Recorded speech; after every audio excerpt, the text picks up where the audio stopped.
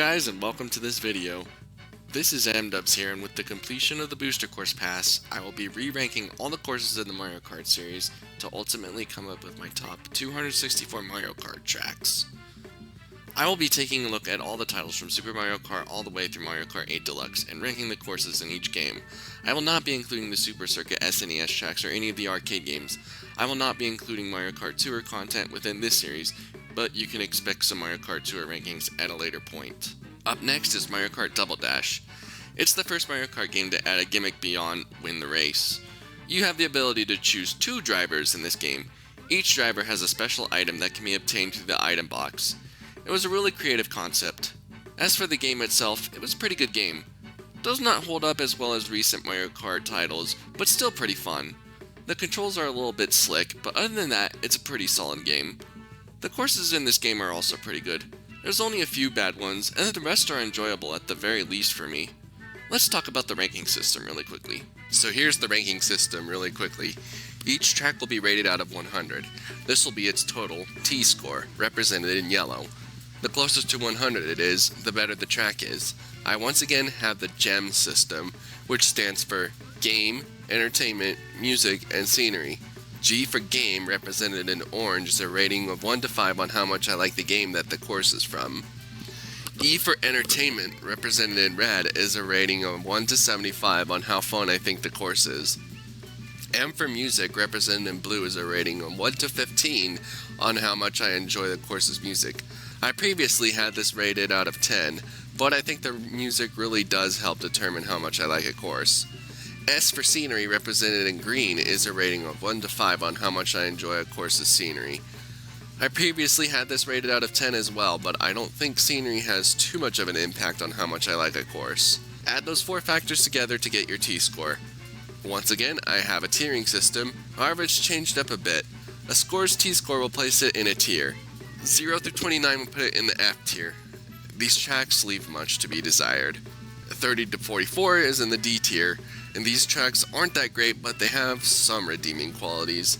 45 through 59 is the C tier. I don't mind these tracks, but there's better ones.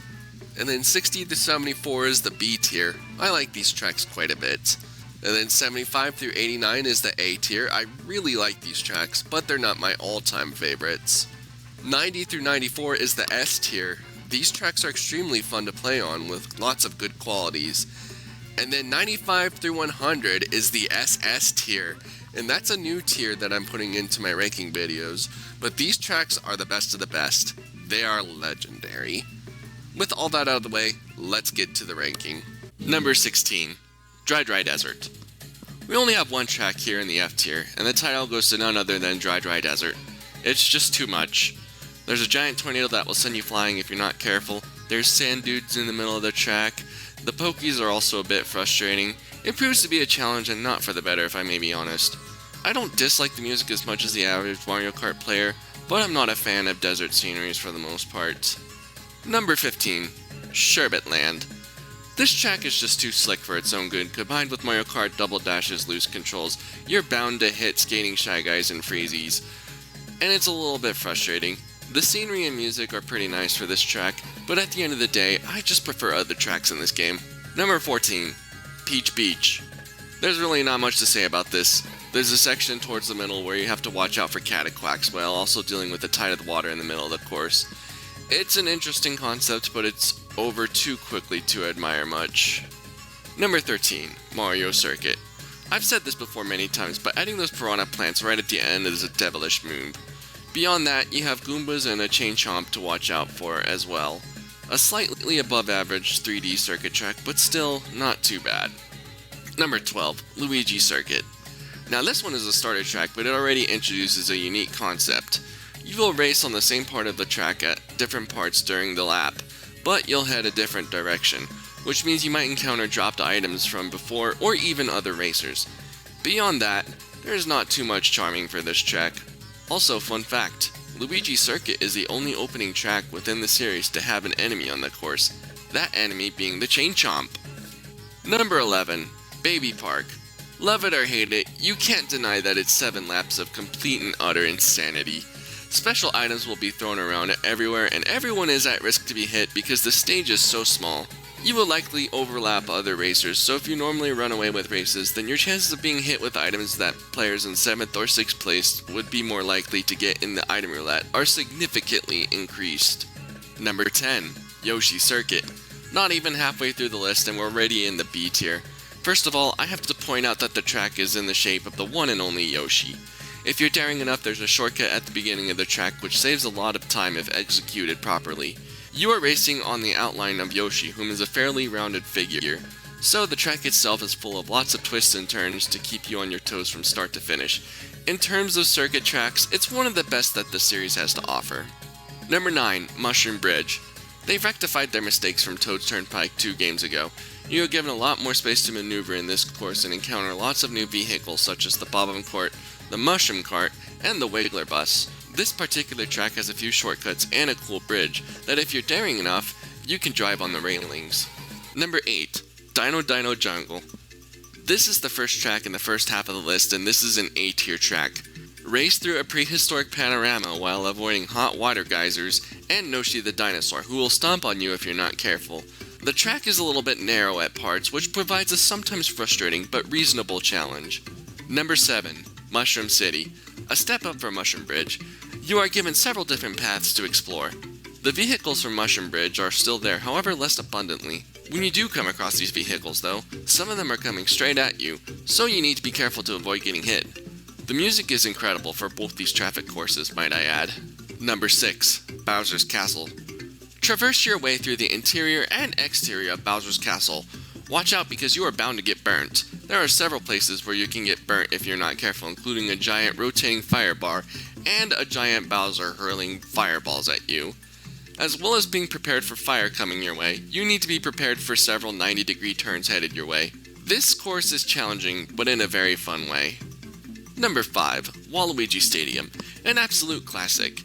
Each time it was brought back it was improved. However, the OG version is still quite solid. Race your way through bumpy hills and drive up ramps and avoid hitting fire rings and mecha piranha plants. Watch out for the mud as it will slow you down too, but this course is extremely exhilarating with some incredible music to accompany it. Number 4. Daisy Cruiser. Another classic that hasn't changed much across the years. You're on Daisy's luxurious cruise ship.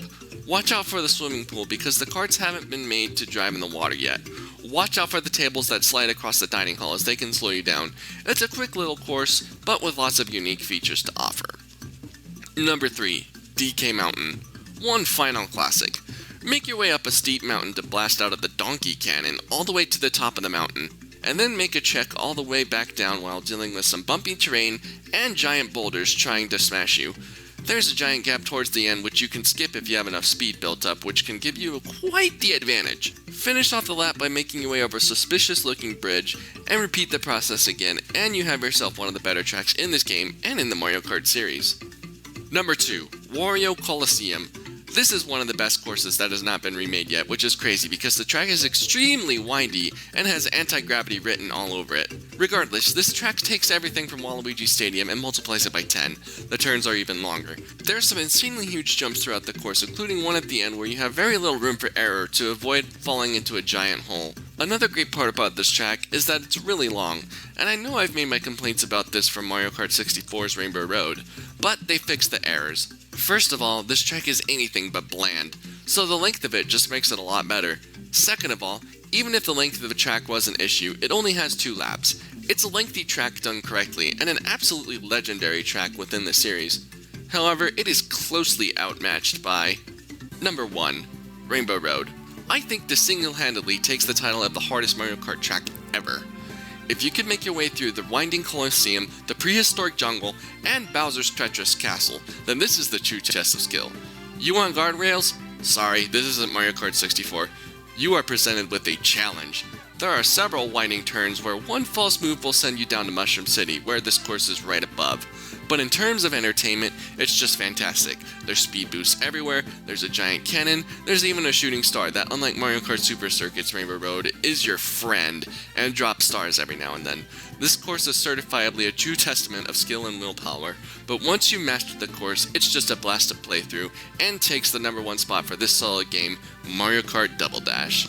Anyway, that is it for my Mario Kart Double Dash ranking.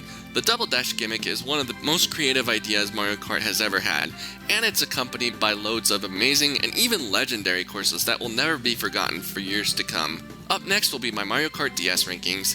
This is single-handedly the Mario Kart I played the most, so this project will hit home for me, and I hope you enjoy it too. Until then, thanks for watching, and this is MDubs signing out.